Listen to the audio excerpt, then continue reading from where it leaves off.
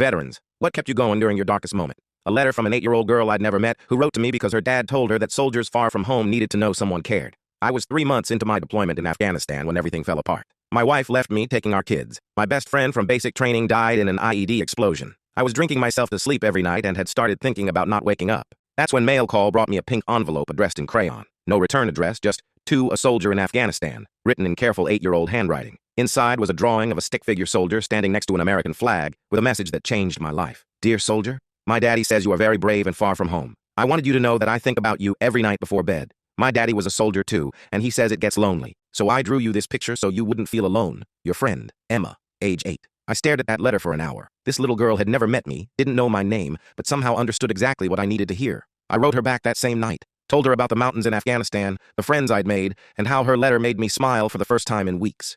2 weeks later, another pink envelope arrived, this time with a photo of Emma holding my letter, grinning with 2 missing front teeth. Dear soldier friend, Mommy helped me read your letter 3 times. I showed all my friends at school that I have a pen pal in the Army. I'm sending you my lucky penny that I found at the playground. For the rest of my deployment, Emma and I exchanged letters every 2 weeks. She told me about school, her pet hamster, and learning to ride a bike. I told her about the good parts of my job, helping local kids, building schools, making friends. Writing to Emma forced me to see my deployment differently. Instead of focusing on everything going wrong, I started looking for positive things to share with her. When she wrote about being scared of the dark, I told her how soldiers learn to be brave, even when they're afraid. When she mentioned being sad about her grandpa being sick, I shared how I dealt with missing people I loved. Those letters kept me sane, kept me focused, and gave me a reason to make it home. 6 months later, I returned to the States and met Emma and her family at a VFW barbecue. She was exactly like I'd imagined, tiny, energetic, and full of questions.